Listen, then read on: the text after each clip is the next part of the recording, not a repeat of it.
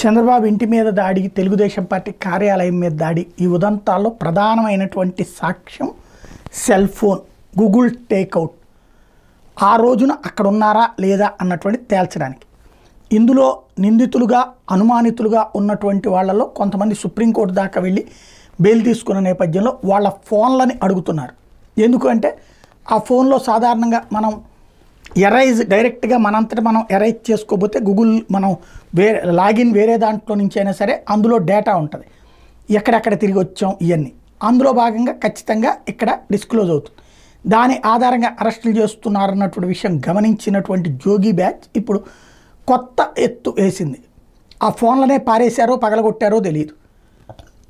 అయితే పోలీసులు ఫోన్లను తెచ్చిమని అడిగారు.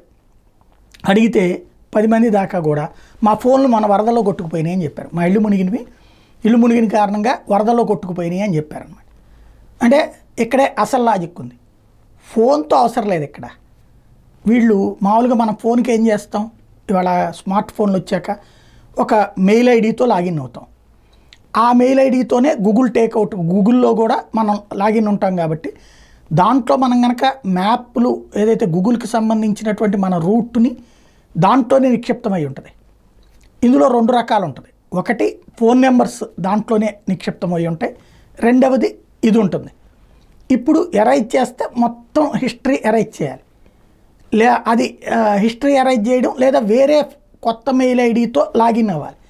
అలా కాకపోతే ఈజీగా దొరికిపోతున్నారన్నమాట. ఇప్పుడు వాళ్ళు ఎత్తుగడలు మార్చారు, వీళ్ళు ఎత్తుగడలు మార్చారు. చాలా మంచి బ్రెయిన్ పనిచేస్తుంది. ఇట్లాంటి వాటిని జాగ్రత్తగా డిటెక్ట్ చేయడంలో తెర వెనకాల నుంచి నడిపిస్తున్నటువంటి శక్తులకి హ్యాట్స్ ఆఫ్ అని చెప్పాలి.